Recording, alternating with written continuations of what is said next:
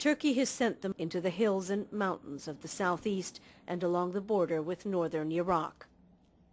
Its soldiers and armaments are poised to move across the border whenever Ankara gives the word. Clashes between the army and the rebels have been on the rise inside Turkey and along the border, but the conflict goes back for decades. More than 30,000 people have been killed since the Kurdistan Workers Party, the PKK, began its fight for Kurdish autonomy in 1984. Ankara and Washington have declared the PKK a terrorist organization, and many in Turkey agree. But for others like Azize Yiğit, the PKK is simply fighting for the rights of the ethnic Kurdish minority.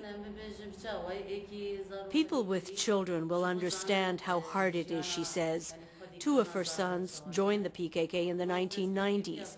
Yiğit blames the difficulties that Kurds face in Turkey for their decision. Her younger son, Farouk, was killed within months after he joined. She's not heard from her other son, Mehmet, but clings to the belief that he's still alive somewhere in the mountains. Azize Yiğit and others like her banded together to form Mothers of Peace, an organization of women whose sons and daughters have gone off to fight, have died, or gone to prison. 76-year-old Hanim Pence lost two sons in the conflict. I want peace. I want a country where Kurds and Turks live together in peace, she says.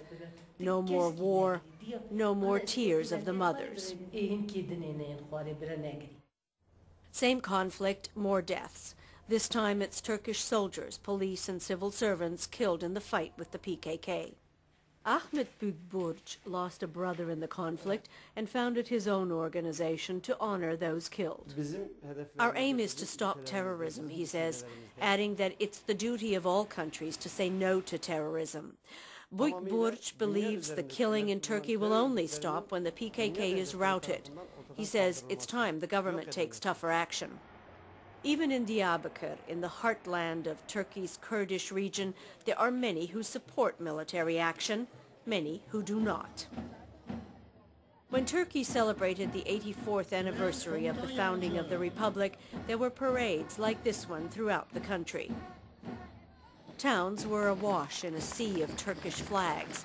Yet even in places like this small town in the southeast, it was the military show of might that received the most applause.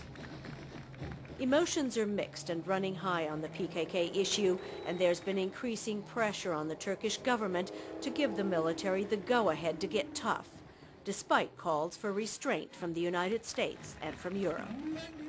Sonia Pace, VOA News, in southeastern Turkey.